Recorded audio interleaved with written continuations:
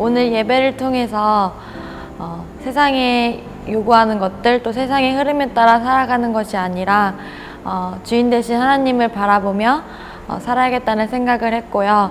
또 이미 저를 선택하시고 또 이미 우리를 사랑하시고 계획하신 주님의 뜻에 우리 아버지의 마음을 조금 더 느낄 수 있는 귀한 예배였던 것 같습니다.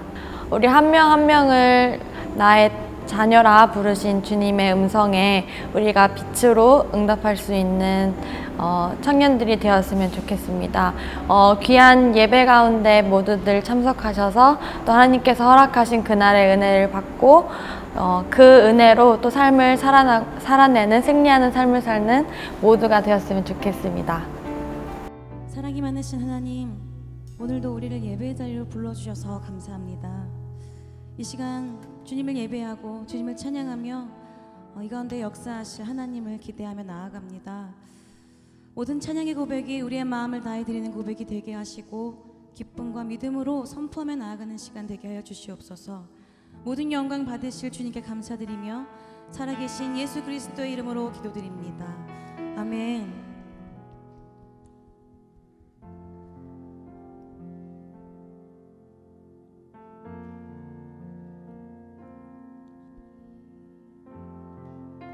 우리 함께 이 시간 우리의 참된 기쁨을 구하며 주님께 찬양드리며 나아가기 원합니다.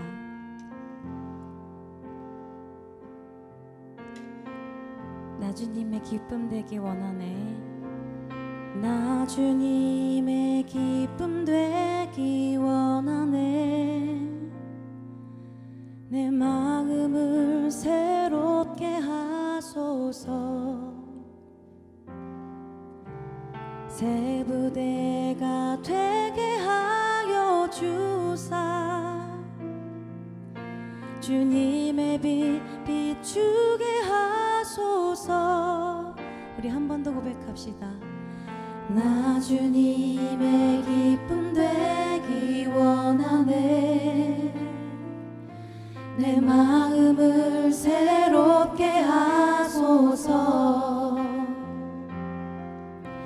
새 부대가 되게 하여 주사 주님의 빛 비추게 하소서. 우리 한 번 더 고백합시다. 주님의 기쁨이 되기 원합니다. 나 주님의 기쁨 되기 원하네. 내 마음을 새롭게 하소서.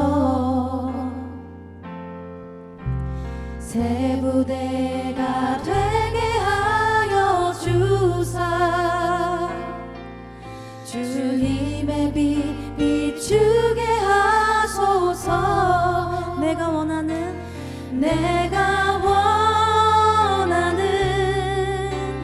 한 가지 주님의 기쁨이 되는 것. 내가 원하는 한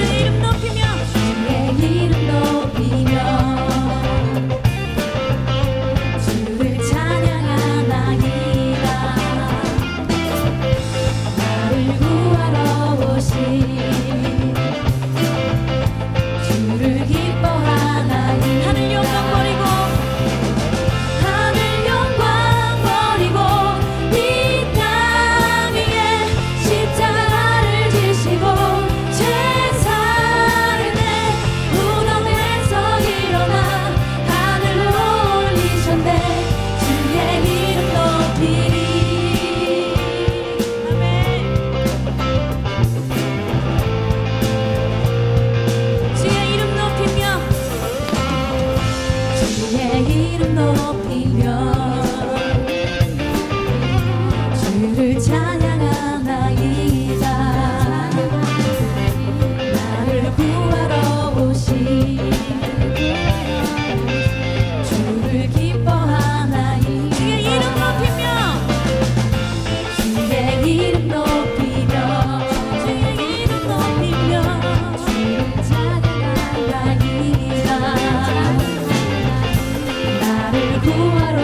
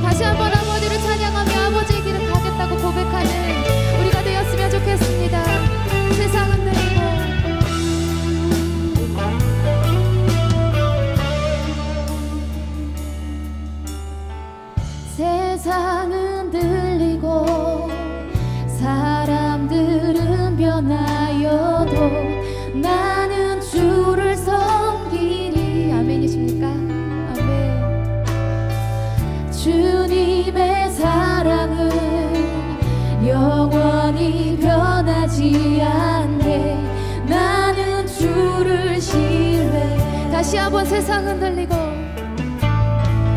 세상은 흔들리고 사람들은 변하여도 나는 주를 섬기리. 주님의 사랑은 영원히 변하지 않습니다. 주님의 사랑은 영원히 변하지 않네. 나는 주를 신뢰해. 아멘. 오직 믿음으로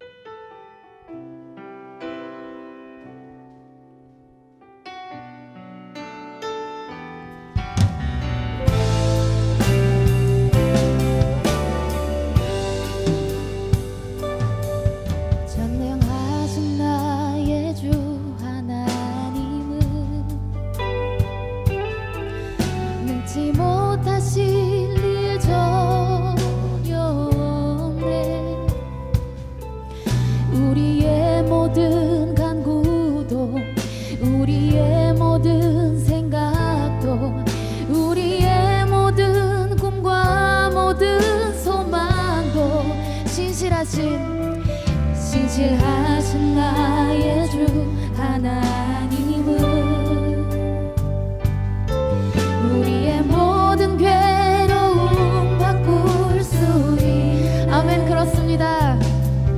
불가능한 일 행하시고 죽은 자를 일으키시 아멘. 주를 이길 자 아무도 없네. 주의 말씀 의지하여 주의 말씀 의지하여 깊은 곳에 금을 던져 오늘 그가 놀라운 일을 이루시는 것 보라. 주의 말씀 의지하여 믿음으로 금을 던져 믿는 자에게 능치 못함 없네. 주의 말씀 의지하여 깊은 곳에 금을 던져 오늘 그가 놀라운 일을 이루시는 것 보라. 주의 말씀 의지하여 믿음으로 금을 던져 믿는 자에게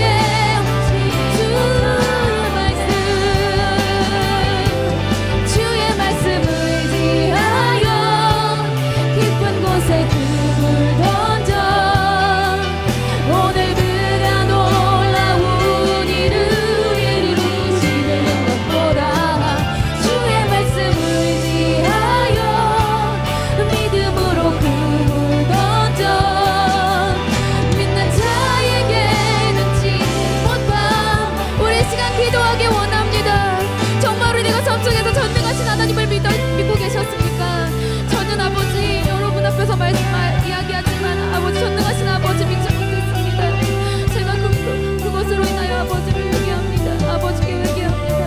우리 이 시간 우리 일주일간의 삶 가운데서 전능하신 아버지 우리의 모든 괴로움 바꾸시는 아버지를 신뢰하지 못한 적 있으셨습니까? 우리 신뢰하지 못한 우리의 무능함을 아버지 앞에 고합시다. 우리 앞에 회개함으로 고하고 전능하신 아버지를 믿는 믿음을 달라고 우리 이 시간 주여 한번 하시고 기도합시다. 주여 아버지여 일주일간의 삶 가운데서 아버지 저희 삶을 통틀어서 하나님 아버지를 신뢰하지 못하고 아버지 능력을 믿지 못하였던 적이 있었습니다. 주여 아버지 저를 용서하여 주옵소서. 아버지 우리의 믿음 없음을 용서하여 주옵소서. 이 시간 아버지여 붙들어 주옵소서. 이 시간 우리와 함께하여 주옵소서. 아버지 우리와 함께 붙들어 주옵소서. 주의 말씀 의지하여 깊은 곳에 금을 던져 오늘 그가 놀라운 일을 이루시는 것 보라.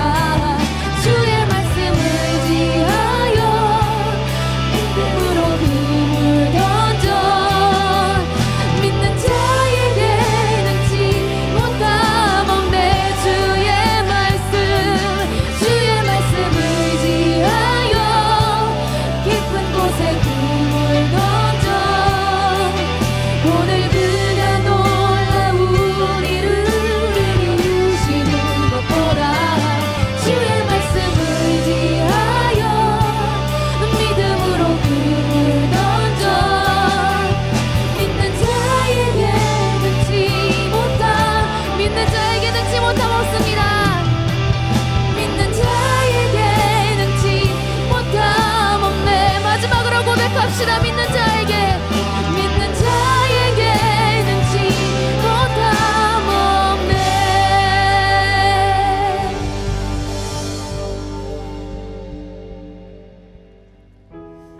네, 이 시간 제가 여러분과 함께 나누고 싶은 말씀이 있어서 네, 이거 한 구절 읽어드리고 함께 같이 더 찬양했으면 좋겠습니다. 네, 히브리서 12장 2절 말씀입니다. 제가 읽어드릴게요. 네, 믿음의 주요 또 온전하게 하시는 이인 예수를 바라보자.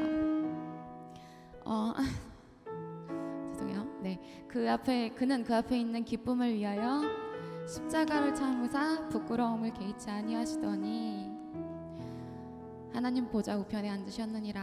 네.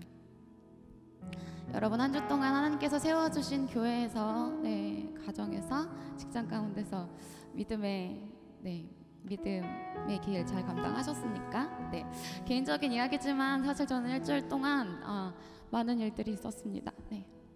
우리는 가끔 그렇게 생각하잖아요. 내가 하나님의 일들을 감당하는데 왜 일들은 이렇게 되지 않을까? 네, 이런 생각들을 하면서 저는 일주일을 보냈습니다. 그리고 믿음에 대한 함께 인도하는 고은희 자매님이 믿음에 대한 찬양을 함께 해보자고 해서 송리스트를 짜는 중에 하나님께서 이 말씀을 보게 하셨습니다. 제가 사역을 감당하면서 그런 생각을 많이 했어요. 되돌아가기에는 하나님이 살아계시고 그리고 하나님이 나에게 주신 진리를 알아버렸고, 계속 가기에는 나는 힘이 없다, 나는 지쳤다. 그래서 앞으로 갈 수도 없고 뒤로 갈 수도 없는 그 시간들 가운데 있었습니다. 그런데 하나님께서 이 말씀을 주시면서 믿음을 시작하시는 분이고 온전하게 완성하시는 이인 예수를 바라보라고 하셨습니다. 네, 예수님도 십자가 지시기 전날에 그런 생각 들지 않으셨을까요? 십자가는 너무나 아프고 고통스럽고 외롭다. 그런데 내가 이 십자가를 지지 않으면 나의 사랑하는 자녀들이 영원한 죽음으로 갈 수밖에 없다. 그래서 나는 이 십자가를 진다. 그래서 예수님은 그렇게 땀이 피가 되도록 기도하시고 순종하셨습니다. 네. 우리가 가는 길은 십자가의 길에는 비교가 되지 않지만 사실 그 비슷한 길을 가고 있는 것 같습니다. 계속 가기엔 너무나 지쳐있다. 하지만 세상으로 되돌아가기에는 진리가 너무도 확실한 진리가 여기 있기 때문에 난 뒤돌아갈 수 없다.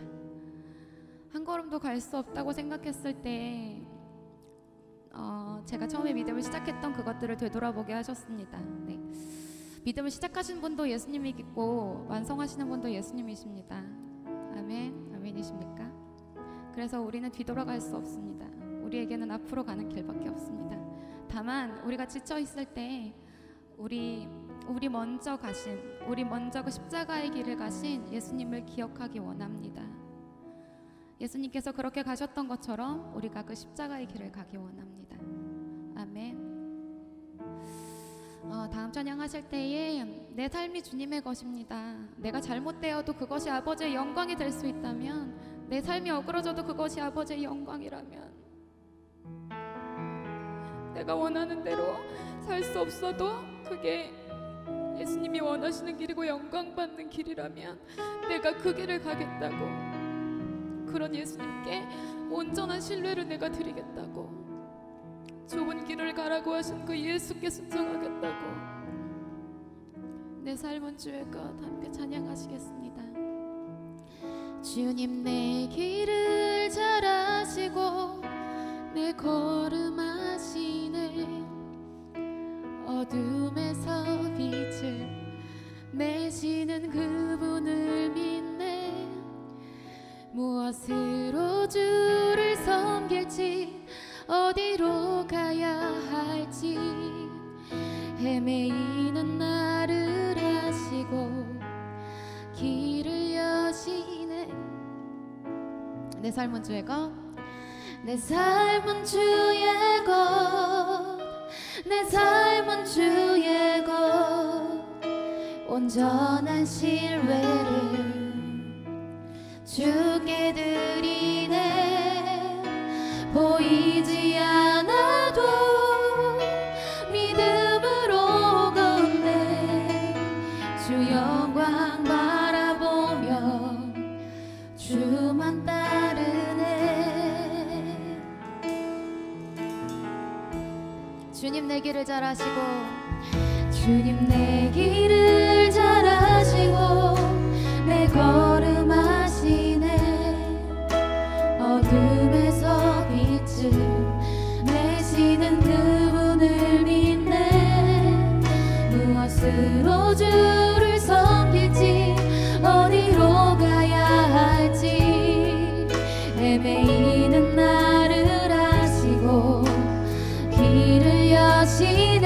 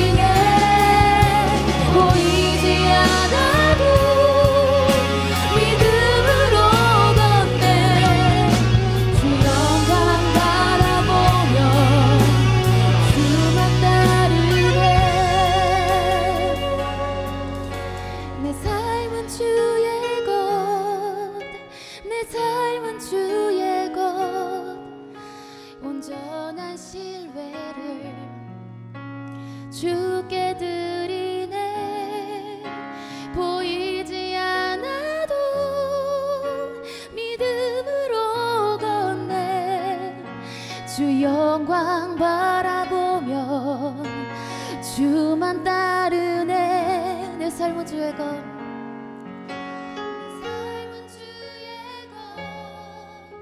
내 삶은 주의 것, 온전한 신뢰를 주께 드리네.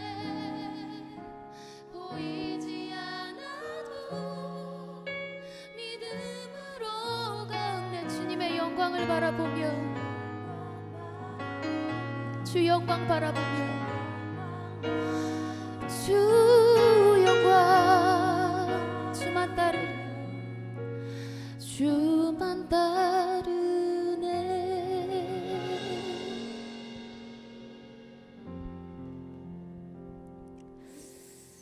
이 시간 우리가 십자가의 길, 믿음의 길을 가는 능력은 우리가 무엇하고 무엇을 잘하고 열심히 하는 것이 아니라 그 시작은 아버지를 사랑하는 것부터, 그 주신 예수 그리스도를 사랑하는 것부터인 줄로 믿습니다.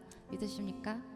이 시간 우리가 예수님을 사랑한다고, 우리의 능력은 예수님을 사랑하는 것부터 온다고, 예수님을 사랑한다고 고백하기 원합니다. 예수님만을 더욱 사랑,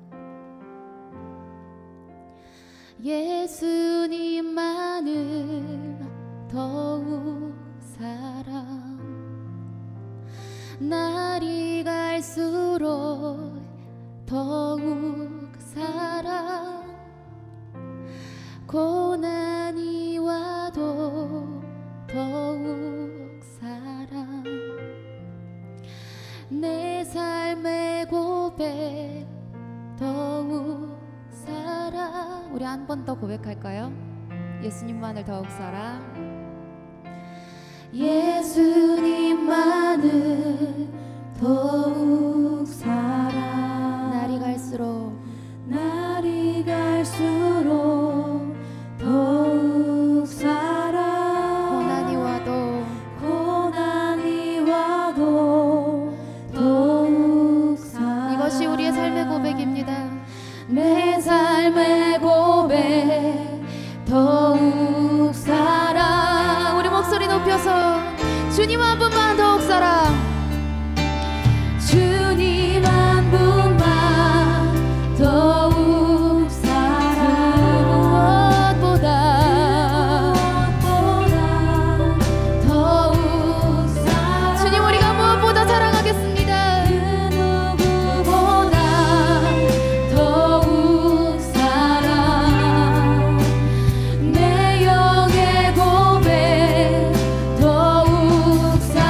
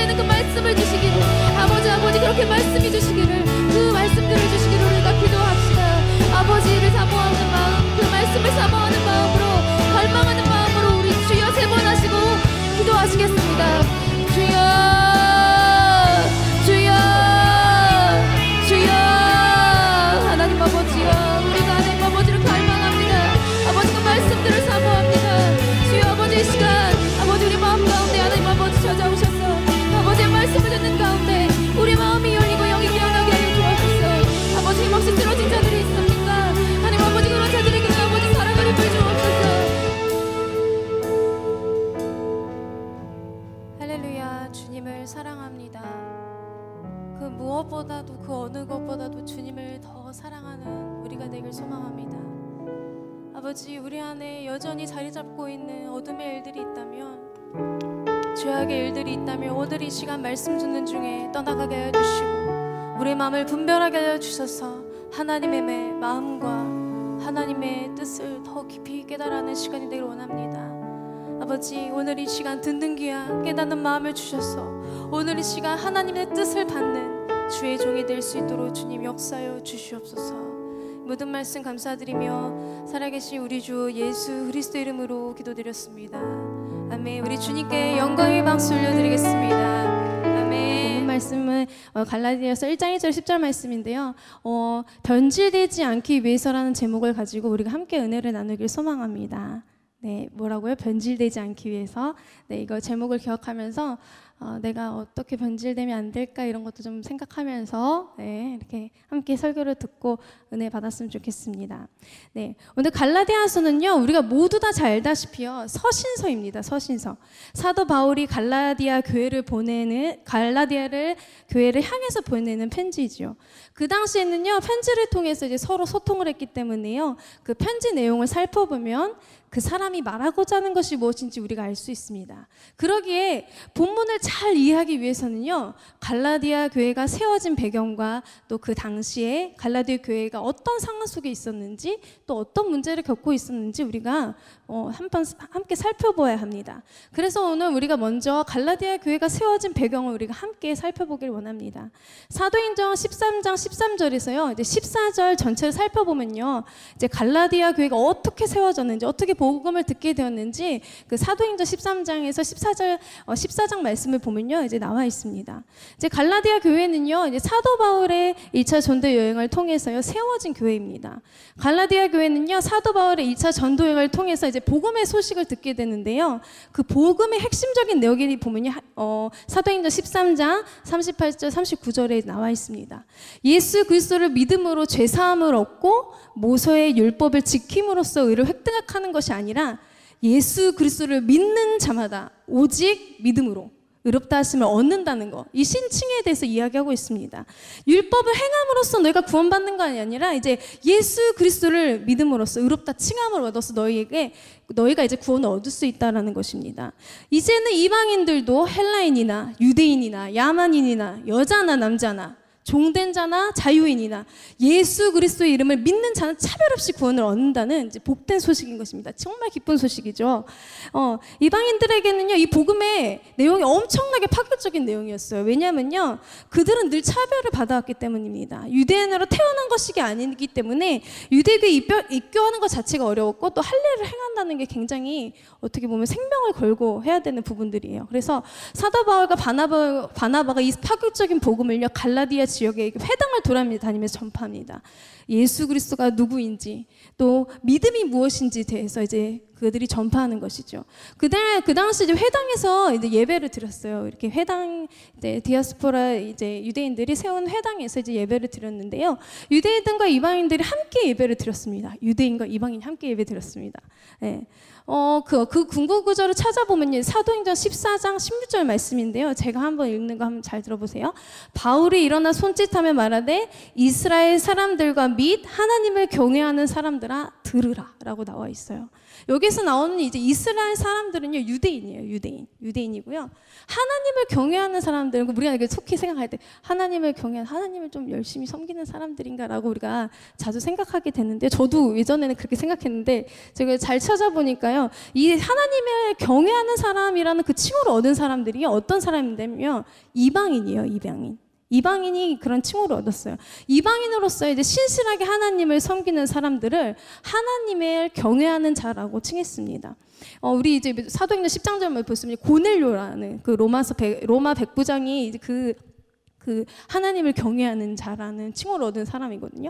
하나님을 경외하는 자들과 유대인들이 좀 다른 점이 있다면요, 그게 무엇이냐면요, 하나님을 경외하는 자들은요, 할례를 행하지 않았어요. 할례. 왜냐면 이제 유대인들은 태어난 지 8일 만에 할례를 받아야 되잖아요. 근데요, 하나님을 경외하는 자들은 할례는 행하지 않고 유대인의 주요 기도 표현인데 기도랑 구제, 구제 활동만 했어요. 그래서 사도행전 10장 4절 말씀에 보면요, 고넬료가 주목하여 보고 들어와되 주여 무슨 일이니까 천사가 이르되 내 기도와 구제가 하나님 앞에 상달되어 기억하신 바 되었다라고 나와 있어요. 그러니까 하나님이 그 이방인으로서 하나님을 경외하는 자에 대해서 뭐라고 얘기하냐면 기도와 구제를 상달됐다고 얘기하거든요. 그러니까 이방인 하나님을 경외하는 자들, 이방인으로서 하나님을 열심히 섬겼던 자들에 대해서 이렇게 얘기하고 있어요. 근데 그들은 이제 한 가지 행하지 않았던 게 뭐냐면 아까 제가 얘기했던 할례. 왜냐면요, 그 당시 할례라고 행하는 것 자체가 굉장히 위험 요소가 따랐다고 하더라고요. 생명으로 담보를, 이 할례라는 게 이제 우리가 이제 일상적으로 이제 남성분들이 이제 포경 수술이라고 하죠. 이제 그런 건데요. 그래서 그 유대인들은 태어난 지 8일 만에 그런 수술을 하면서 이제 하나님께 바쳐진 사람이 된 거죠. 근데 이제 이방인들에게는요, 이 할례라는 행위가 굉장히 야만적인 관습이고, 어떻게 그런 짓을 이렇게 받아들이는 그런 문화였거든요. 관습이었어요. 그러니까 뭔가 이방인들에게는 그런 할례를 통해서 굉장히 위험 부담이 따르는 거예요.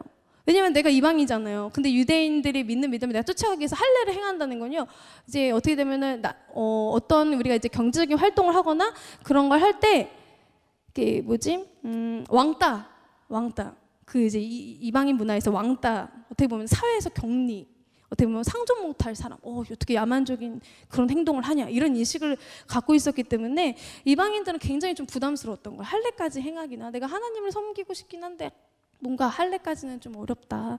그래서 이방인들은 할례를 따르지 않고 오직 그래서 유대인들이 하는 구제와 기도만을 이제 따랐습니다. 근데 이런 상황과 여건 속에 있던 이방인들에게요, 사도 바울이 전하는 이제 할례 없는 구원, 근데 예수 그리스도를 믿음으로 얻는 구원은 굉장히 파격적인 내용이었던 거예요. 이제는 구원받기 위해서 하나님의 백성이 되기 위해서요, 생명을 담보로 하는 할례를 행하지 않아도 되고요, 하나님의 백성이 될 수 있는 길이 열렸다는 것이죠. 오직 예수 그리스도를 믿는 믿음으로 하나님의 백성이 될 수 있게 된 것입니다. 믿으십니까? 그래서 이 바울이 예수 복음을 전할 때요, 수많은 이방인들뿐만 아니라요, 유대인들이 복음을 듣고 죽게로 많이 돌아왔어요. 해당을 돌아다니면서 정말 이 파격적인 복음, 이 차별 없는 복음을 전할 때 많은 사람들이, 유대인이나 이방인이나 할 거 없이 많은 사람들이 주님께 돌아왔어요. 근데 이렇게 주님께 돌아오면 너무 기쁘고 감사한 일이잖아요. 근데 이 복음이 전파되는 것을 기뻐하지 않는 사람들이 있었다는 거예요. 그런 사람들이 있었어요. 유대인들이 싫어했죠. 유대 종교 지도자들은요, 바울의 세력이 커지는 걸 싫어했어요. 바울이 세력이 커지면 커질수록, 바울이 전하는 복음이 확산되면 확산될수록 그들의 자신의 위치와 자신의 세력이 작아진다는 것을 우려했기 때문이에요. 왜냐면 어쨌든 그런 거죠. 뭔가 우리 성도 뺏기는 느낌? 좀 이해되시나요? 네. 그러니까 뭔가 그런 거예요. 뭐야? 다 바울이 전하는 저 복음 들으면 가면은 우리 남는 사람 없는 거 아니야? 막 이러면서 그들이 굉장히 싫어했어요. 그래가지고 유대인과 바나바를 시기하고 질투했고요. 그래서 그들이 전하는 복음을 방해하고 비방했습니다. 근데 싫으면 자기만 안 믿으면 되는데 참 이상하게 너무 열심히 뛰어나요. 그래서 그들은 거기서 끝나지 않고 되냐면요, 싫으면 자기만 안 믿으면 되잖아요. 근데 사람들 막 선동하는 거예요. 야, 쟤네가 전하는 가짜다, 진짜가 아니다, 막 이러면서 막 복음을 전하지 못하도록 막 선동을 하는 거예요, 사람들. 그래서 복음을 듣지 못하도록 만들고요, 그 지역에서 쫓아냅니다. 네. 그래서 바울의 1차 전도 여행 유형을 한번 찾아보면 어떻게 복음을 전하다 핍박을 받으면 그 지역을 떠나 다른 지역에서 또 복음을 전하고, 또 그 지역을 또 핍박받으면 다른 지역에 가서 또 예수 복음을 전했습니다. 그러나 바울과 바나바는요, 유대인들의 방해와 핍박 속에서도 복음 전하는 것을 포기하지 않았습니다. 멈추지 않았습니다. 주춤하지 않았습니다. 끝까지 복음을 전했습니다. 그 결과물로 세워진 게 갈라디아 교회예요. 네. 아멘이죠. 이렇게 수많은 믿음의 선배들의 헌신과 그들의 노고가 있었기 때문에 하나님의 교회가 세워지는 거예요. 근데 진짜 너무 황당한 게 뭐냐면요, 시간이 얼마 지나지 않았는데 갈라디아 교회가요, 예수 복음이 아닌 다른 복음을 받아들이기 시작한 겁니다. 네, 본문 우리 한번 6절 말씀 함께 띄워주시겠어요? 바울이 뭐라고 탄식하는지 한번 보세요. 우리 함께 읽었는데 본문 6절 말씀 띄워주세요. 네, 한번 같이 읽어볼까요? 그리스도의 은혜로 너희를 부르신 이 일을 이같이 속히 떠나 다른 복음을 따르는 것을 내가 이상하게 여기노라. 이상하게 거기 제 영어 성경에 보니까 쇼킹이라고 써 있더라고요. 쇼킹이라고 써 있어요. 충격받은 거예요, 바울이. 어떻게 이렇게 너네가 변질이 되냐 이거예요. 빨리 그것도 이렇게 쉽게 속히 가냐 이거예요. 큰 은혜를 입고 구원을 받았음에도 불구하고 어떻게 다른 복음으로 그렇게 갈아탈 수 있냐 이거예요. 굉장히 속상한 일인 거죠, 바울에게 있어서는. 그들이 복음으로 진정으로 세워지길 원했고 그 예수 복음, 할례 없는 복음은 정말 그들에게 파괴적인 복음이잖아요. 근데 그 감격도 얼마 지나지 않아 그들은 변질되기 시작한 것입니다. 근데 왜 갈라디아 성도들이 거짓 선지자를 전하는 다른 복음에 현혹되었을까요? 우리가 이것을 알아봐야 돼요. 왜 현혹됐을까? 그들의 마음을 뒤흔들어 놓았던 그들의 주장이 뭐였을까? 그 거짓 선지자들의 주장.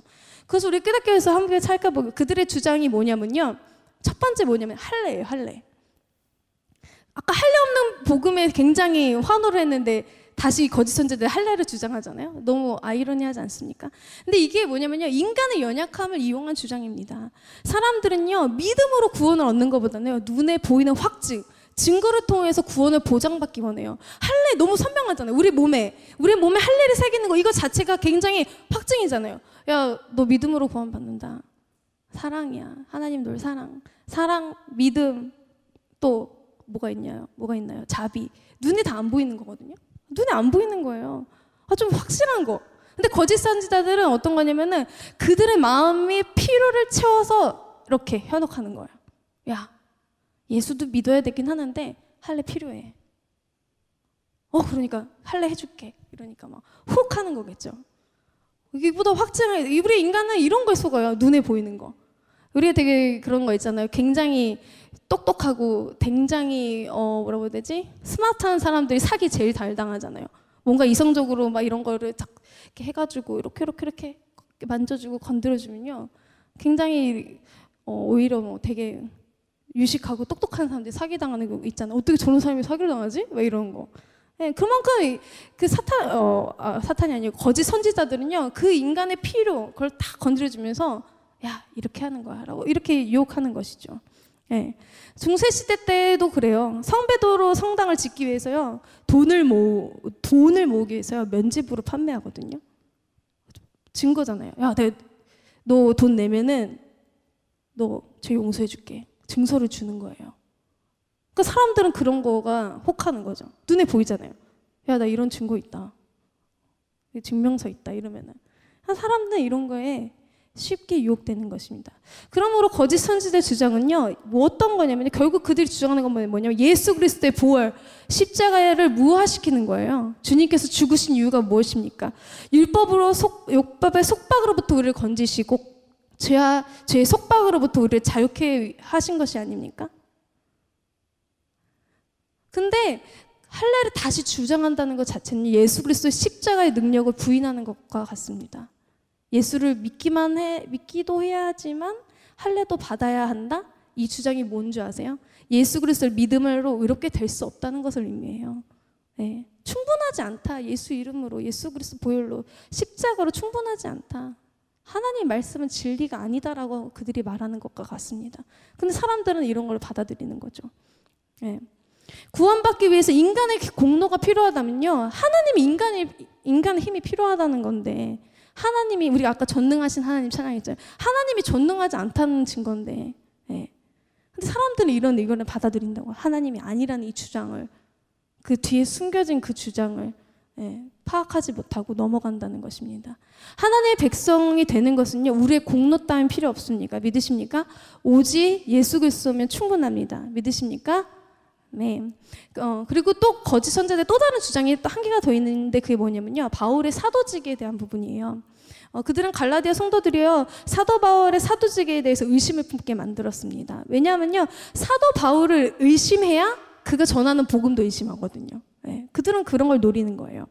그런데 보면요. 거짓 선지자들이 이제 근거 없는 거짓말은 하진 않아요. 우리 예수님이 광야에서 시험 받으실 때 말씀 가지고 사단이 막 이렇게 이게 하잖아요. 그거랑 똑같아요. 그들이 주장이 아예 근거 없는 주장은 아니었어요. 뭐냐면요. 사도 바울이 예수님의 12제자가 아니다. 네, 왜냐면 예수님과 함께 있었던 12제자는 아니죠. 사도 바울은 예수님의 계시를 받은 사람이지 12제자는 아니었어요. 그러니까 이런 걸 주장하는 거죠. 그 다음에 예수님을 믿는 사람들을 핍박했다. 야, 어떻게 그 핍박하는 사람이 너희에게 진짜 복음을 전하겠냐, 뭐 이런 거겠죠. 근데 거짓 선자들의 바울의 약점을 잡아서요, 그 약점을 악용하는 거죠. 그들이 거짓 없는 근거 없는 주장은 하지는 않아요. 그저 그 사실을 왜곡합니다. 부정적인 시선을 심어주고 교활하게 틈을 타고 들어와서요, 본래 의미를 변질시키고 왜곡시킵니다. 이게 거짓 선지자들이 하는 짓이에요. 아담과 하와가 유혹을 받을 때에도요, 사단이 어떻게 하냐면 하나님에 대한 인식을 부정적으로 인식하게 만들었어요. 하나님은 우리에게 모든 것을 다 주신 분인데 너 그거 안 줬잖아. 이렇게 부정적인 시선을 보고 왜 선악과만 먹지 않으면 안 되지? 약간 이렇게 부정적인 인식을 심어주는 거죠. 그래서 하나님을 왜 하나님 이거 먹지 말라고 그랬지? 왜? 내 눈이 밝아지면 안 되나? 하나님처럼 되면 안 되니까 그런가? 이런 의심을 심어주면서 하나님이 주신 그 풍성한 것들을 바라보지 못하고 안 준 거 그거 하나, 먹지 말라고 한 거 그거 하나에 집중하게 만든다는 것이죠.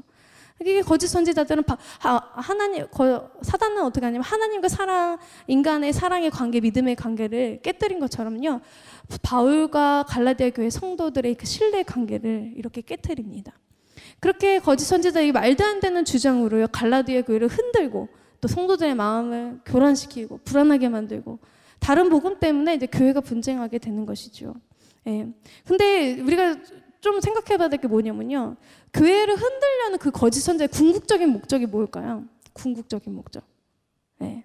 첫 번째는요, 교회를 깨는 거고, 두 번째는 교회를 깸을 통해 자기 세력을 키우는 거예요.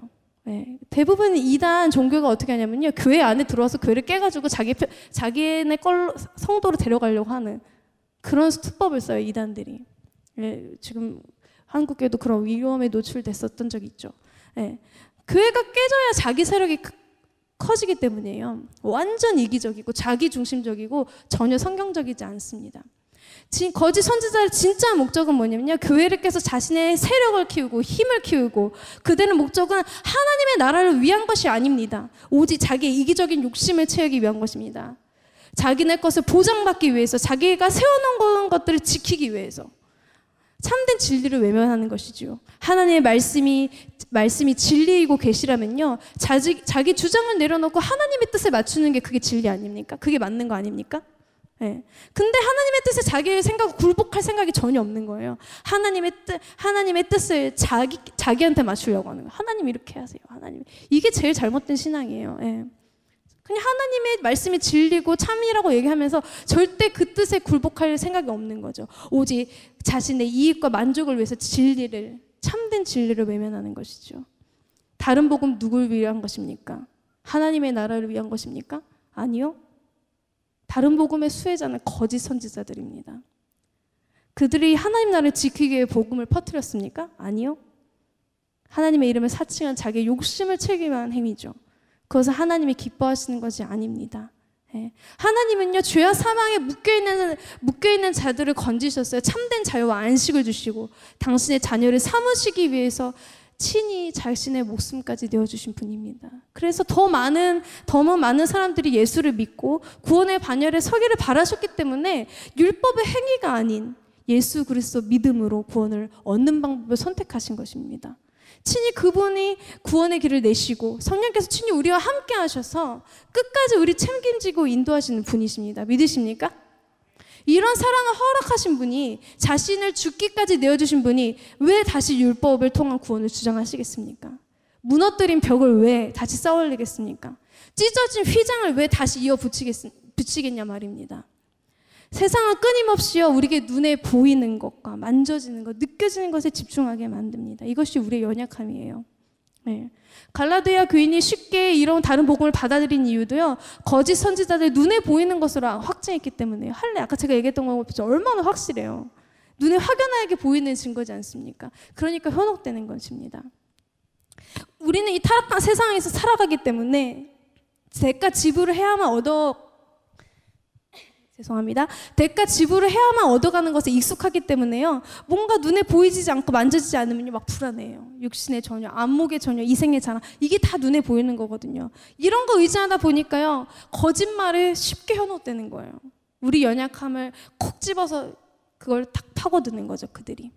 세상 끊임없이 우리를 현혹하고 넘어뜨리는데 어떻게 하면 우리의 믿음을 지킬 수 있을까요? 어떻게 하면 우리의 믿음을 지킬 수 있을까요?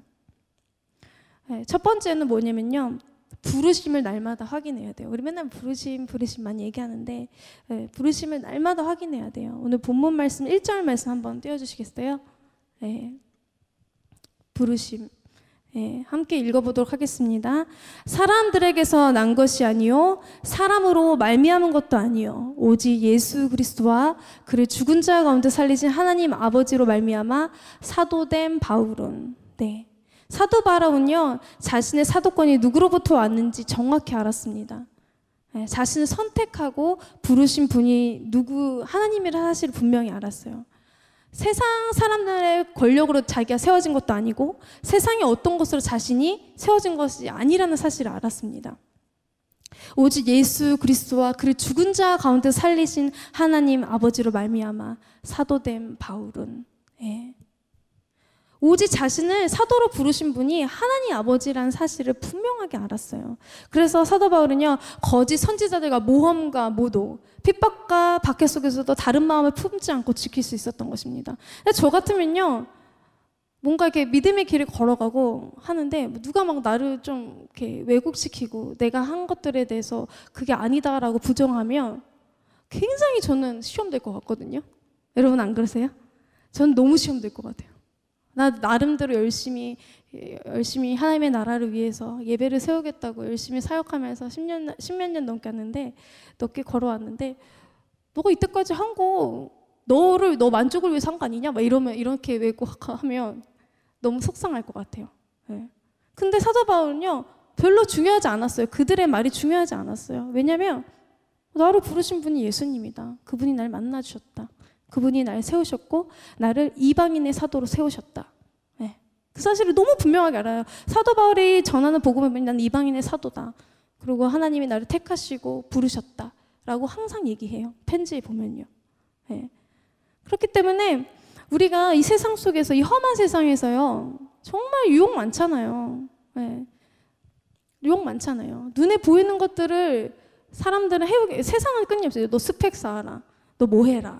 너 그거 해야지 잘 된다. 이런 얘기만 하거든요. 하나님을 믿어라. 기도해라. 이런 말 안 하거든요. 열심히 노력해라. 야 죽을 똥 살 똥 해도 안 되는데 열심히 해라. 요즘 얼마나 살기 팍팍하냐. 봐봐라. 현실을 봐봐라. 사단이 이래요. 야, 현실을 봐봐라. 네 주위를 봐봐라. 네 친구들을 봐라. 사회를 봐라. 근데 맞거든요. 저도 믿음의 거리를 걸어가면서 친구들이 많이 이렇게 몇몇 사람들이 저를 막 이렇게 하는 경우도 있었거든요. 야, 그건 너 잘못된 선택이다. 왜 그렇게 사냐? 좀 더 큰 교회, 제가 교회 사역하는 교회가 되게 작아요. 제가 처음 갔을 때 20명 정도 됐었어요. 근데 지금 좀 부흥해서 이제 주일 예배도 한 70명 정도? 근데 그 교회에서 한 6년 정도 사역했는데 제가 사역하면서 가장 힘들었던 부분이 뭐냐면요. 그런 유혹이에요. 야, 좀 더 큰 교회 가서 좀 더 많은 사람 있는 데서 찬양 인도하고 사역해야 되지 않겠냐. 왜 우리 교회는 금요철에 제가 처음 갔을 때 금요철에 가면 여기 이렇게 2명 아무도 없이 혼자 할 때도 있거든요. 찬양 인도. 아무것도 없어요. 기타 하나, 제 목소리 하나. 처음에 이렇게 찬양했고 지금은 하나님 안에 또 함께 동역할 수 있는 성도들을 보내줘서 함께 찬양하고 예배하는데요. 사람들은 눈에 보는 현실을 얘기해요. 왜냐하면 믿는 사람들조차도 그렇게 얘기할 때가 있다는 거죠. 왜냐하면 저도 누군가한테 그렇게 얘기할 수 있을 것 같아요. 야, 좀 더 조용고 편한 길로 가라. 근데 하나님이 아니라고 하면 아닌 거예요. 야, 하나님이 제가 그때 교회에서 제가 작은 교회 사역하면서 너무 힘들었었는데 저도 막 좀 큰 교회 가서 좀 더 막 이렇게 큰 사역도 해보고 싶고 이런 막 욕심이 저 안에도 있었던 것 같아요. 근데 하나님 어떠냐면 너 아무도 없어도 나만 있으면 나만 찬양하겠다며 딱 그 얘기 하시는데 너무 찔리는 거예요. 옛날에는 그랬는데 조금 시간이 지나니까 아 그런 거 말고 저도 좀 이렇게 작은 교회 말고 좀 사람도 많고 이런 거를 저도 모르게 욕심을 품었더라고요. 근데 사람들은 그런 거예요. 제 그런 욕심을 자극해요. 끊임없이 부르심을 바라보지 못하게 만들고 여러분의 필요 세상 끊임없이 진실이 아니라 현실을 얘기해. 현실. 너가 다친 현실. 왜냐면 제가 그 당시에 지금 제가 34살이거든요. 근데 제가 20대 거의 후반이면 좀 결혼할 때도 됐고 돈도 좀 모았을 때 아니겠어요? 근데 사역을 10몇 년 했는데 무슨 돈이 어디 있어요? 맨날 찬양 사역한다고 뭐 돌아다니고 맨날 이렇게 하나님 앞에 시간 내렸는데 돈도 없지. 모아놓은 돈도 없지. 근데 믿음으로 저 결혼도 했거든요. 여러분 현실을 왜곡하지 마세요. 현실은 아닐 거야. 이런 거는 믿음이 아니에요. 현실이 그렇다는 걸 인정하고 그럼에도 불구하고 믿음으로 나아가는 게 그게 믿음이지. 하나님이 없는 남자랑 결혼해도 갑자기 풍성하게 해주실 거야. 뭐 집도 주고 차도 주고 모두 다 줄 거야. 이건 믿음이 아니에요. 하나님 현실이 그렇지만 그럼에도 불구하고 내가 주님께서 이끄시는 길이라면 내가 가겠습니다라고 고백하는 게 믿음이지. 이게 하나님 바꿔주실 거야. 이거는 아니에요. 저는 그런 믿음이었거든요. 저는 약간 순복음 출신이라서 믿을지다 된다 믿으면 된다 막 약간 이렇게 제가 약간 좀 찬양하고 기도하는 스타일도 좀 그런 스타일이잖아요. 근데 저는 막 그랬었어요. 그럼 안 되는 거예요. 왜 안 되지? 근데 하나님이 현실을 보게 하시더라고요. 여러분 현실을 알아야 진짜 그 현실 속에서 아파하는 영혼들을 안아줄 수 있어요. 네. 여러분 뭐 현실을 부정하면 안 돼요. 현실은 현실이에요. 여러분이 그것을 알고 그럼에도 불구하고 너는 이 길을 가야 된다라고 제시해 주셔야 되는 분들이에요. 현실을 왜곡하고 너 그냥 믿으면 갑자기 막 홍해가 열리고 뭐 홍해가 갈라지고 막 갑자기 막 이렇게 분명히 하나님 먹이시고 입히시는 거 있습니다. 제가 그걸 부인하는 건 아니에요. 네? 근데 여러분 현실이라는 사실을 인정하고 그럼에도 믿음으로 나아가는 거예요. 네. 내가 이렇게 가면 하나님이 막 이렇게 홍해도 가려 다 해주시겠지. 안 그럴 때가 더 많을 때도 있어요. 여러분 제가 너무 믿음 없는 얘기했나요? 네. 안 그럴 때도 있어요. 네. 하나님이 어떨 때는 홍해를 가르시고 막 물을 마르시고 해서 막 사막에 물 터지게 하고 막 꽃피게 해가지고 가실 때도 있지만 안 그럴 때도 있다는 거예요. 그럼에도 불구하고 우리가 주어진 현실 속에서 아무리 그들이 얘기해도 여러분에게 주신 그 부르심 있잖아요. 사명 있잖아요. 그거 있으면요 떠나면 안 돼요. 세상이 아무리 여러분한테 아니다 믿는 사람이 사람인들이 아무리 여러분에게 유혹하고 여러분한테 뭐라고 해도 하나님 no 그럼 안 가야 돼요. 믿으십니까? 그게 믿음이에요. 그게 부르심이에요. 여러분이 있는 자리에서 끝까지 지키세요. 여러분의 믿음을, 부르심. 하나님이 너 이제 됐어, 너희 가도 돼. 그러면 가는 거예요. 사람이 가라고 해서 가는 거 아니거든요. 여러분 누구의 부르심 받았습니까? 하나님 부르심 받았죠. 그럼 하나님이 부르신 대로 하나님이 또 가라고 하시는 곳으로 가는 게 믿음인 것입니다. 그게 부름받은 자들이 걸어갈 길입니다. 우리의 정체성을 한번 찾아볼까요? 네, 베드로전서 2장 9절 말씀 한번 띄워주시겠어요? 여러분이 세상에서 이런 사람이 되어줬으면 좋겠어요. 그러나 너희는 택하신 족속이요 왕같은 제사장이요 거룩한 나라요 그의 소유가 된 백성이니 이는 너희를 어두운 데서 불러내어 그의 기이한 빛에 들어가게 하시니 아름다운 덕을 선포하게 하려 하심이라. 우리는요 세상의 아름다운 그리스도의 아름다운 덕 복된 소식을 전하는 사람들입니다. 여전히 어둠 가운데 있는 세상에 유일한 생명의 길이 되신 예수 그리스도를 전하는 사람들이 여러분이에요. 축복의 통로라는 것입니다. 우리는 이 세상의 소리에 사람들의 소리에 흔들리고 그들에게 동화되는 삶을 살아가는 사람이 아니라 오히려 그들에게 복된 소식을 들려주고 그 귀한 빛으로 인도해야 될 사람들이 여러분이라는 거예요. 그 빛으로 인도해야지 왜 여러분이 따라갑니까? 왜 다시 그 어둠으로 들어갑니까? 오히려 여전히 어둠 가운데 있는 그들에게 생명의 길을 제시하고 표지판 같은 역할을 해줘야 될 분들이 여러분이에요. 여러분이 있는 자리에서 생명의 길, 구원의 길, 영원한 가치에 대해서, 영생에 대해서 전해야 하는 사람이 우리라는 것입니다. 묵묵하게. 사람들이 이래라 저래라 한다고 왔다 갔다 하는 것이 아니라 여러분을 부르고 세우신 그 자리에서 묵묵하게 보여줘야 돼요. 여러분의 삶을 통해서. 믿음으로 보여줘야 하는 것입니다. 사랑하는 예배자 여러분, 분명한 정체성은요 우리를 흔들리지 않게 합니다. 하나님께서 우리를 부르시고 택하셔서 사명을 주셨습니다. 사명을 온전히 부르신 사명자는요 온전히 부르신 분의 명령만을 따라야 합니다. 세상에 유혹하는 소리, 여러분의 마음을 내어주지 마십시오. 세상에 사람들의 거짓된 주장에 여러분의 마음을 내어주지 마십시오. 오직 여러분의 중심을 그를 부르신 그분의 명령, 그분의 말씀을 여러분 안에, 여러분의 마음 안에 두시는 분이 됐으면 좋겠어요. 아멘. 네. 그리고 또 두 번째, 끝난 줄 알았죠? 두 번째, 우리가 뭐냐면 약간의 우리 부르심, 우리의 사명을 기억해야 된다는 거고요. 변질되지 않기 위해서 또 두 번째 뭐냐면요, 우리가 그리스도의 종이란 사실을 기억해야 돼요. 그리스도의 종. 본문 10절 말씀에 보면요, 이제 내가 사람들에게 좋게 하랴, 하나님께 좋게 하랴, 사람들의 기쁨을 구하랴. 내가 지금까지 사람들의 기쁨을 구했다며 그리스도의 종이 아니니라. 종이 뭐하는 사람입니까? 부르신 분, 주인의 뜻을 따라 살아가는 사람들이 종이거든요. 그리고 또 종의 특성은 뭐냐면요, 자기 자신을 비운 자예요. 자기 주장을 버린 사람입니다. 왜냐하면 종의 뜻대로 사는 사람이기 때문에, 주인의 뜻대로 살아가는 사람이기 때문에. 종은 자신의 것이 없어요. 자신의 것이라고 주장할 수 있는 것이 아무것도 없습니다. 왜? 주인의 것이기 때문에. 내 몸도, 내 삶도, 내 집도, 내 마음도, 내 생명도, 내 자녀도 다 주님의 것이기 때문이에요. 모든 것이 주님으로 온 것이기 때문에 우리가 내 거라고 주장할 수 있는 게 단 하나도 없어요. 뭔가 내가 지금 차 타고 내가 뭔가 우리 집에 살고 하니까 다 내 거 같죠? 아니거든요. 여러분 거 아니고 하나님 겁니다.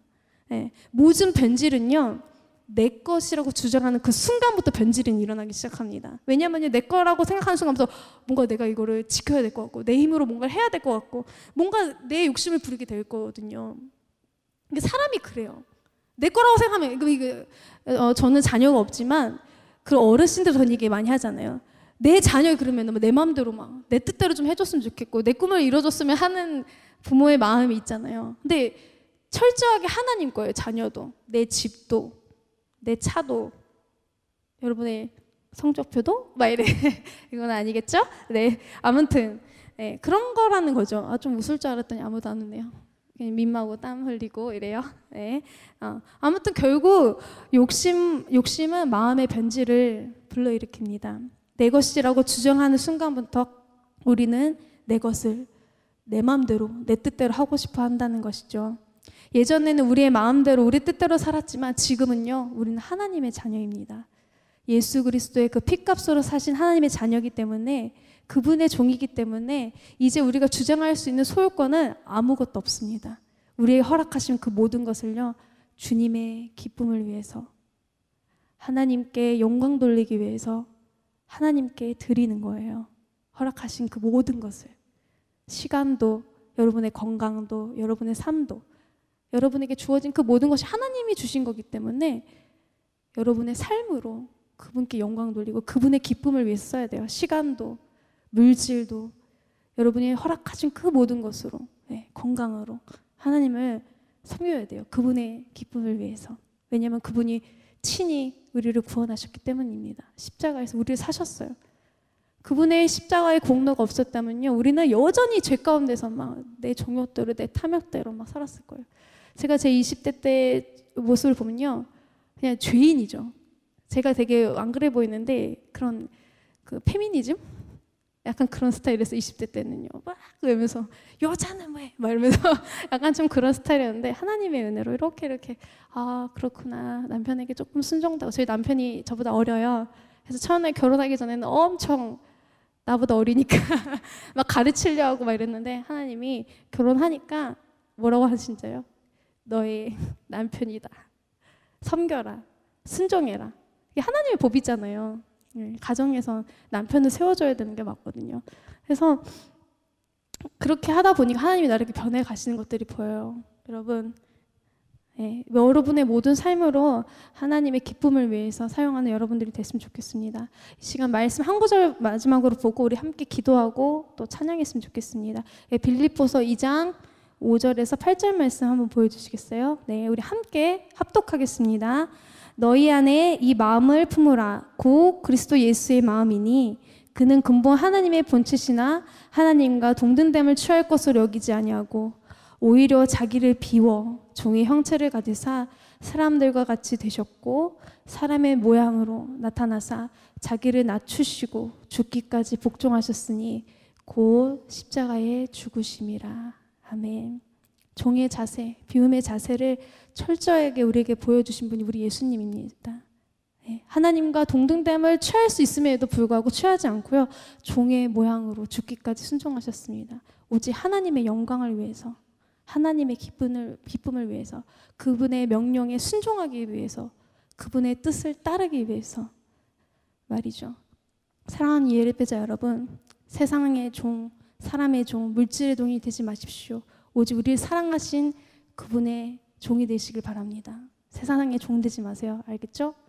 오직 하나님, 우리를 부르시고 우리를 사신 그분께 종되어서 그분께 기쁨으로 드려지는 우리의 삶이 되었으면 좋겠습니다. 아멘. 네, 오늘 이 시간 오직 주의 사랑에 매여 우리 함께 찬양할 텐데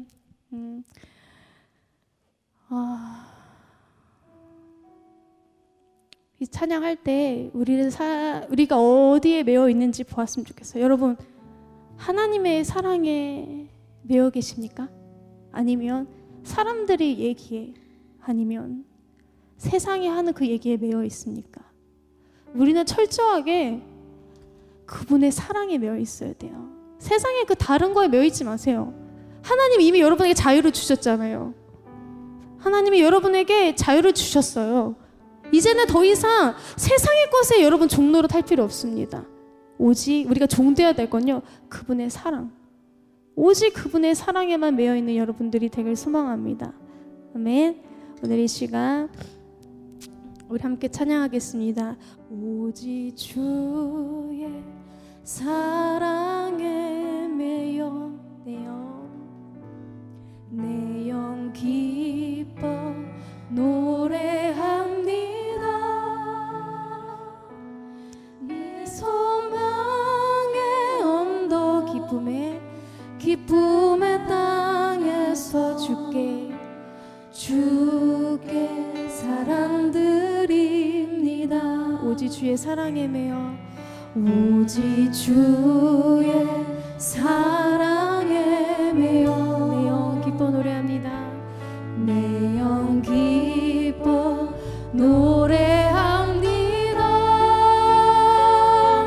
이 소망의 언덕, 기쁨의 땅에서 주께 사랑드립니다. 오직 주의 임재 안에, 오직 주의 임재 안에 갇혀 내 영 기뻐합니다. 내 영 기뻐 찬양합니다. 이 소명의 언덕, 거룩한 땅에서 주께 경배드립니다. 주께서 주신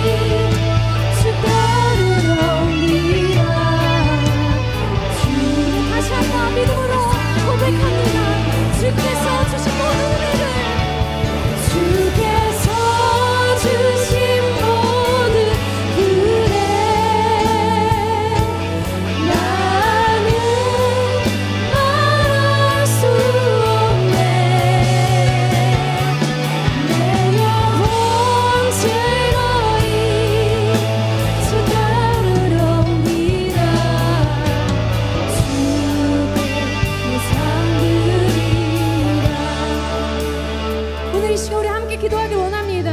오늘 우리가 설교에서 들었던 것처럼 부르심, 우리에게 허락하신 그 사명을 생각할 때 우리는 변질되지 않는 것입니다.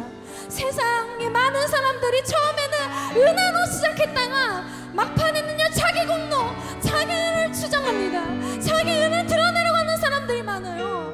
모든 것이 주님으로부터, 그분의 사랑으로부터 시작됐음을 여러분 믿으십니까? 그렇다면요 그 끝도 은혜야 되지 않겠습니까?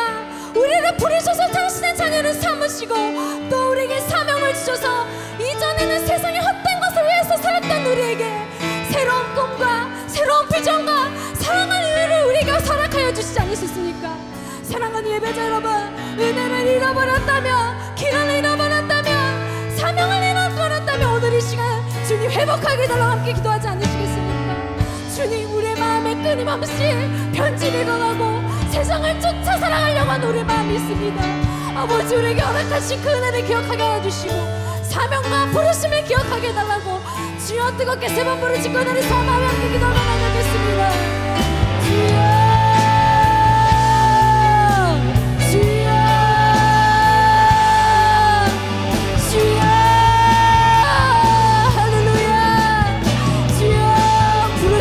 사명을 겪기를 원합니다. 주여, 우리에게 저 마음을 주시옵소서. 아버지, 그 구원의 감격과 기쁨과 사명으로 부르심이 얼마나 감사했습니까? 근데 왜 지쳤습니까? 왜 넘어졌습니까? 주님, 우리 안에 변질이 일어났습니다. 우리 안에 끊임없이 세상을 향할 욕망이 있고 아버지, 세상을 쫓아가려고 했던 우리의 마음이 있었음을 고백합니다. 하나님께서 허락하신 그 사명, 그 십자가의 길은 우리의 힘과 능력으로 감당하는 것이 아닙니다. 그분이 허락하시는 그 힘으로, 그 사랑으로 나아갈 수 있음을 고백합니다. 성령님, 우리의 마음을 붙들어 주시옵소서. 성령님, 내가 그 십자가의 길을, 그 기쁨으로 나아갈 수 있도록 우리의 마음을 붙들어 주시고 성령의 충만함을 위해서 함께 사모하고 기도하지 않으시겠습니까? 여러분의 힘과 능력으로는 절대 못 가요. 성령님이 우리를 붙들어 주시고 우리의 굳은 마음을 변화시키셔서 그분의 십자가를 바라보며 기쁨으로 나아가게 만드시는 것이 성령님께서 우리에게 하시는 일입니다. 여러분의 힘과 능력 절대 못합니다. 성령님께서 우리를 붙드시고 사로잡으시고 그 사랑으로 우리를 사로잡으셔야만 그 길을 걸어갈 수 있는 것입니다. 오늘 이 시간 성령의 충만함을 듣고 우리 한번 주여 뜨겁게 세 번 부르짖고 함께 기도하러 나아가겠습니다.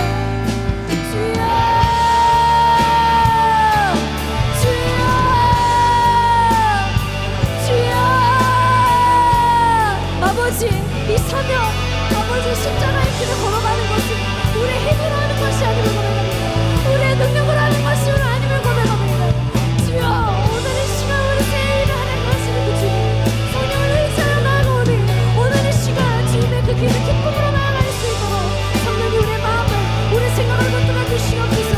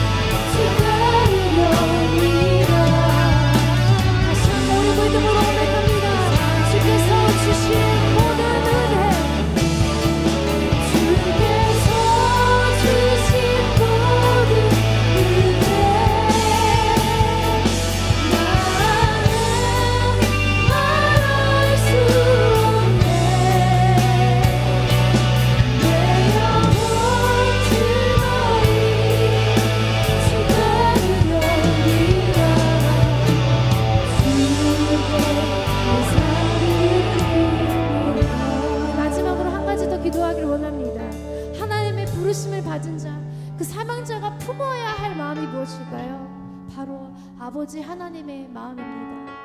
한 영혼을 품고 한 영혼을 사랑하는 마음, 그 마음을 잃어버렸다면요, 사명자는 끝입니다.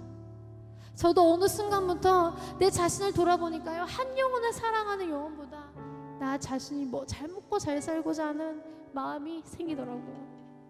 구원받은 하나님의 백성은요, 한 영혼을 향한 그 마음을 잃어버리면 안 됩니다. 아직 여전히 내 주위에 구원받지 못한 가족들이 있습니까? 친구들이 있습니까? 지체들이 있습니까? 그 친구들을 위해서 기도해야 돼요. 여러분 기도하고 있습니까? 오늘 이 시간 그 사명자가 품어야 할 마음, 한 영혼을 향한 마음을 나에게 달라고 함께 기도했으면 좋겠습니다.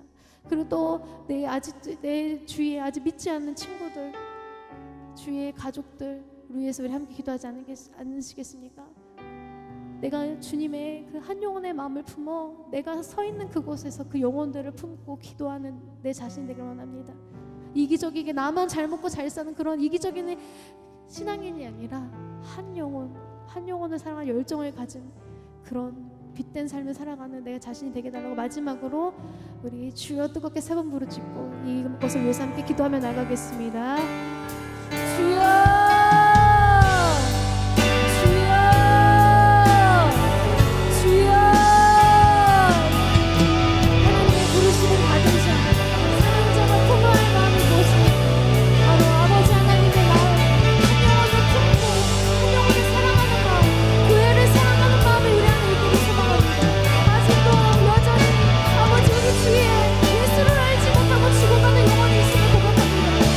그들을 외면하고 살지 않았습니다. 그들을 사랑하기보다는 그들을 정죄하고 아버지 그들을 정죄하는 우리 마음이 있지 않았습니까? 아버지 다시 한번 우리에게 한 영혼을 품고 사랑하는 마음을 주셔서 우리의 주에 허락하신 사람들, 아직도 예수를 믿지 못하는 사람들, 여전히 어둠 가운데 있는 자들을 위해서 기도하는 자들을 원합니다. 나만 잘 먹고 잘 사면 된다, 이런 이기적인 생각을 가진 신앙이 아니라 한 영혼 우리 주에 쓰러지고 넘어져 있는 지체들을 돌보며 사람을 세우며 아버지 교회를 세우며 아버지 그런 지체 역할, 지체 사명을 감당하는 우리가 되길 원합니다. 주여 아버지 우리 마음 가운데 그 잃어버린 영혼을 향한 마음, 그 애타는 마음, 아버지의 마음이 없음을 고백하오니 성령이 오늘 이 시간 그 마음을 우리에게 허락하여 주셔서 우리 주에 쓰러져가는 영혼들을 위해서 기도하며 그들을 일으켜 세우며 그들에게 예수 그리스도를 전하며 다시 한번 빛 가운데로 나아갈 수 있도록 그들의 인생을 표지판을 같은 역할을 맡아가며 내 자신에게 주께서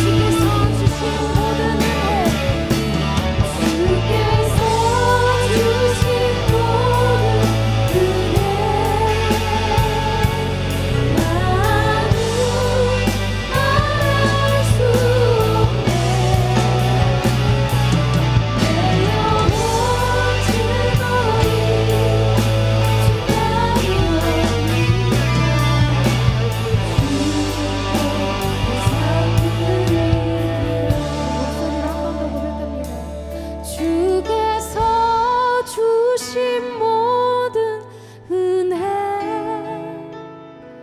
나는 말할 수 없네. 내 영혼 즐거이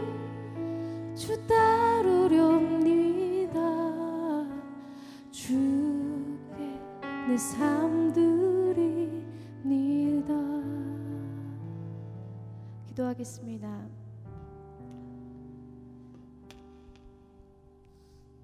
이 거친 세상 속에서 살아가면서 끊임없이 변질되는 우리의 마음을 발견하게 되었습니다. 주님, 다시 한번 이 말씀을 통해 우리의 부르심, 그 사명을 기억하게 하여 주시고 한 영혼을 향한 그 마음을 알게 하시니 감사드립니다. 주님, 이제는 그 마음을 잃어버리지 않고 세상에 돌아가서 교회에 가서 내가 속한 그 공동체에 가서 예수 그리스도의 그 기이한 빛, 그 기쁜 소식을 전할 수 있는 우리가 되기를 원합니다. 우리를 부르시고 선택하신 그 주님의 기쁨이 되는 그분의 영광이 되는 삶을 살아갈 수 있기를 원합니다. 주님, 각 사람의 심령 가운데 성령의 충만함을 주시고 담대함을 주셔서 그 말씀대로 그 주님의 뜻대로 살아나갈 수 있는 용기와 담대함과 힘을 주셔서 이 세상과 타협하는 것이 아니라 하나님의 그 복음을 전하며 주님의 기쁨이 되는 삶을 살아가는 우리 모두가 될 수 있도록 주님 역사하여 주시옵소서. 우리 모든 삶 가운데 함께 하실 것을 믿습니다. 두려워하지 않고 담대함으로 나아가게 하여 주시옵소서. 모든 말씀 감사드리며 살아계신 우리 주 예수 그리스도의 이름으로 기도드렸습니다. 아멘. 우리 주님께 영광의 박수 올려드리겠습니다. 아멘. 네, 여러분 반갑습니다. 그냥 인사말로 하는 게 아니라요, 뒤에서 여러분들 예배 드리시는 모습 보면서 아, 이런 예배자들과 함께 예배할 수 있는 것이 정말 기쁨이고 감사이구나 하는 것을 많이 느낄 수 있는 그런 예배였던 것 같습니다. 네, 저희 8월 17일 날 기획 예배를 준비하고 있습니다. 매주 드리는 예배와 같은 형식으로 예배를 드릴 건데요. 그 예배는 교회를 지키고 예배를 지키는 각 지역에서 그렇게 예배를 지키고 있는 남은 자들이 함께 모여서 예배하는 그런 마음을 가지고 함께 예배하려고 합니다. 여러분 그날 기억해 주시고 함께 오셔서 예배하시면 너무 좋을 것 같습니다. 네, 그리고 이제 여름이잖아요. 점점 더워지면서 여러분 들어오시는 길에 이제 아이스 음료 같은 거를 들고 들어오시는 분들이 계시는 것 같은데, 저희가 이제 교회를 빌려서 사용하는 거다 보니까 이렇게 혹시 떨어뜨리거나 하면 흐를 수 있는 음료는 원래 반입이 되지 않습니다. 그럼 밖에서 다 드시고 오시면 너무 좋을 것 같고요. 예배당 안에는 이제 뚜껑을 닫을 수 있는 음료만 들고 들어오시면 정말 감사하겠습니다. 여러분들의 많은 협조 부탁드립니다. 네, 광고 여기까지고요. 계속적으로 찬양하시면서 헌금 드리시도록 하겠습니다.